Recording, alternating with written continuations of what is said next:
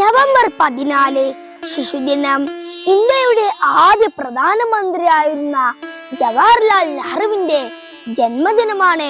എല്ലാ വർഷവും നവംബർ 14 ശിശുദിനമായി നാം ആഘോഷിക്കുന്നത്.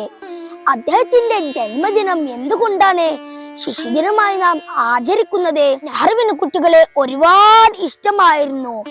വിദ്യാസമ്പന്നരായ മിടുക്കരായ വിദ്യാർത്ഥികളാണ് രാജ്യത്തിന്റെ ഏറ്റവും വലിയ സമ്പത്താണെന്ന് അദ്ദേഹം വിശ്വസിച്ചു.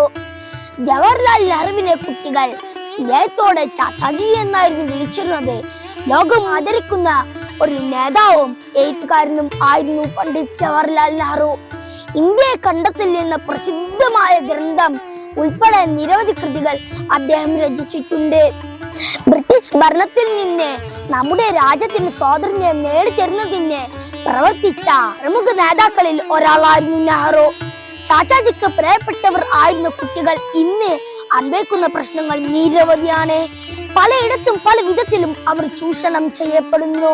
വിദ്യാഭ്യാസം നേടാൻ പോലും അവസരങ്ങൾ ഇല്ലാത്തവരായി നിരവധി കുട്ടികൾ നമുക്ക് ചുറ്റിലും ഉണ്ട്.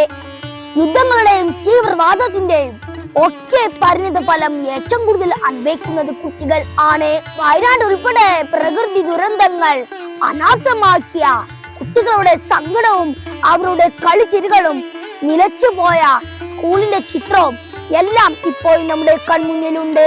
ലോകമെമ്പാടുമുള്ള എല്ലാ കുട്ടികൾക്കും നല്ല വിദ്യാഭ്യാസവും ആരോഗ്യവും മെച്ചപ്പെട്ട ജീവിത സാഹചര്യങ്ങളും ഉണ്ടാകട്ടെ എന്ന് നമുക്ക് ഈ ശിശുദിനത്തിൽ പ്രാർത്ഥിക്കാം.